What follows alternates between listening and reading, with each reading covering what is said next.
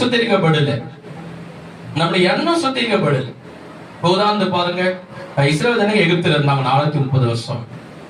ஆட்டுக்குட்டி ரத்தத்தினால அவர் கழுவப்பட்டு எகிப்திலிருந்து விடுதலாகி வந்தாங்க, பாவமன்னிப்பை பெற்று வந்தாங்க. ஆனா வனாந்தரத்தில் 40 வருஷம் இஸ்ரவேல் ஜனங்கள் இருக்கும் போது அவருடைய பேச்சு எப்படி இருந்தது தெரியுமா? என்ன இதான் உணவு, இதே உணவு சும்மா ஆண்டவர் கொடுக்கிறாரு, ஒரு நல்ல உணவு கொடுக்க கூடாதுன்னு கேட்டான். ஆண்டவரை முறுமுறுத்தான். தேவனாய் கர்த்தரை குறை சொன்னாங்க. என்ன வனாந்தரத்துல கொண்டு வந்துட்டாரு, அடிக்கிற வெயில்ல பாறை இருக்கிற இடம், பாம்புகள் இருக்கிற இடம், வனாந்தரத்துல தேள்கள் இருக்கும், பாம்புகள் இருக்கும், குடிக்க தண்ணி கூட இல்லையேன்னு கர்த்தரை முறுமுறுத்தான். அப்போ அவங்க ஆட்டுக்குடி ரத்தத்தினால கழுவப்பட்டு வந்தாலும் அவங்களுடைய புத்தி அப்படியேதான் இருந்து, பழையபடியே தான் இருந்து, பழைய சுபாவம், பழைய குணம், முறுமுறுக்கிற குணம், ஆண்டவரை கேள்வி கேட்கிற குணம், குறை சொல்ற குணம் அப்படியே இருந்தது. அதேதான் இஸ்ரவேல் ஜனங்கள் தான் யாரு இன்னைக்கு சபை விசுவாசிக்கும். நம்ம ரட்சிக்கப்பட்டோம், ரத்தத்தினால கழுவப்பட்டோம், ஆனாலும் நம்முடைய புத்தி இன்னும் மாறல, நம்முடைய பேச்சு இன்னும் மாறல, நம்முடைய குணம் இன்னும் மாறல, நம்முடைய சுபாவங்கள் இன்னும் மாறல.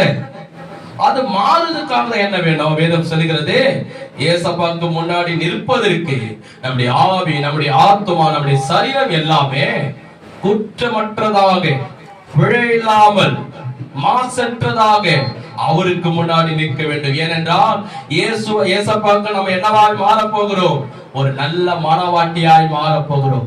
ஏசப்பாக்கு முன்னாடி நம்ம நிற்கும் போது அவர் நமக்கு மனவாளனாக, நாம மனவாட்டியா நிற்க வேண்டும். அந்த மனவாட்டியா நிற்பதற்கு நம்மிடத்திலே நீதியும் பரிசுத்தமும் உண்மையும் உத்தமா இருக்க வேண்டும். அது உடனே மாறாது. அவர் ரத்தத்தினாலும் அவருடைய வசனத்தினால மட்டும்தான் அது மாறும். ஒரு ஆமே சொல்லுவோம், ஒரு அல்லேலூயா சொல்லுவோமா, உச்சாமா சொல்லுவோமா, சத்தமா சொல்லுவோமா, அல்லேலூயா.